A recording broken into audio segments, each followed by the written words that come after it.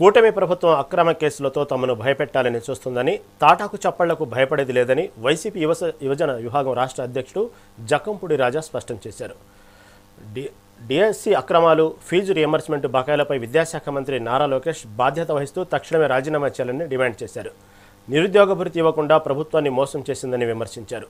నిరుద్యోగులు, విద్యార్థుల సమస్యలపై రేపు అన్ని జిల్లా కేంద్రాల్లో భారీ నిరసన ర్యాలీలు నిర్వహిస్తామని ఆయన ప్రకటించారు.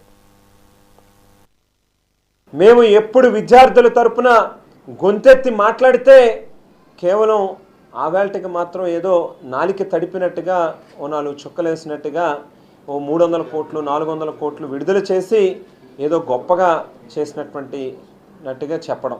మీరు ఒక్కసారి ఇవాళ ఉన్నటువంటి ఇంజనీరింగ్ కాలేజీలకు సంబంధించినటువంటి యాజమాన్యాలను అడిగితే చెప్తారు ప్రభుత్వం ఏ రకమైనటువంటి నెగోషియేషన్స్ వాళ్ళతో చేసిందో.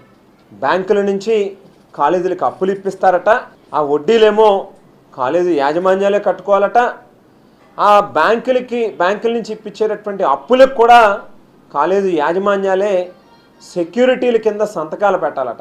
అంటే ఎక్కడికి వెళ్తా ఉన్నాం, ఏం జరుగుతూ ఉంది రాష్ట్రంలో? ప్రజల్ని మోసగించాలి అనేటువంటి ఆలోచనలోనే వెళ్తూ ఉన్నారు తప్పితే ఎక్కడ ఈ రాష్ట్రంలో ఉన్నటువంటి విద్యార్థులకు కానీ యువతకు కానీ ఒక జవాబుదారీతనంగా ఈ ప్రభుత్వం లేదు. అందుకే ఈ ప్రభుత్వాన్ని డిమాండ్ చేస్తూ ఉన్నాం. తక్షణమే డిఎస్సిలో జరిగినటువంటి అవకతవకలకి బాధ్యత వహిస్తూ రాష్ట్ర విద్యాశాఖ మంత్రి నారా లోకేష్ ఇమీడియట్గా అతని పదవికి రాజీనామా చేయాలి.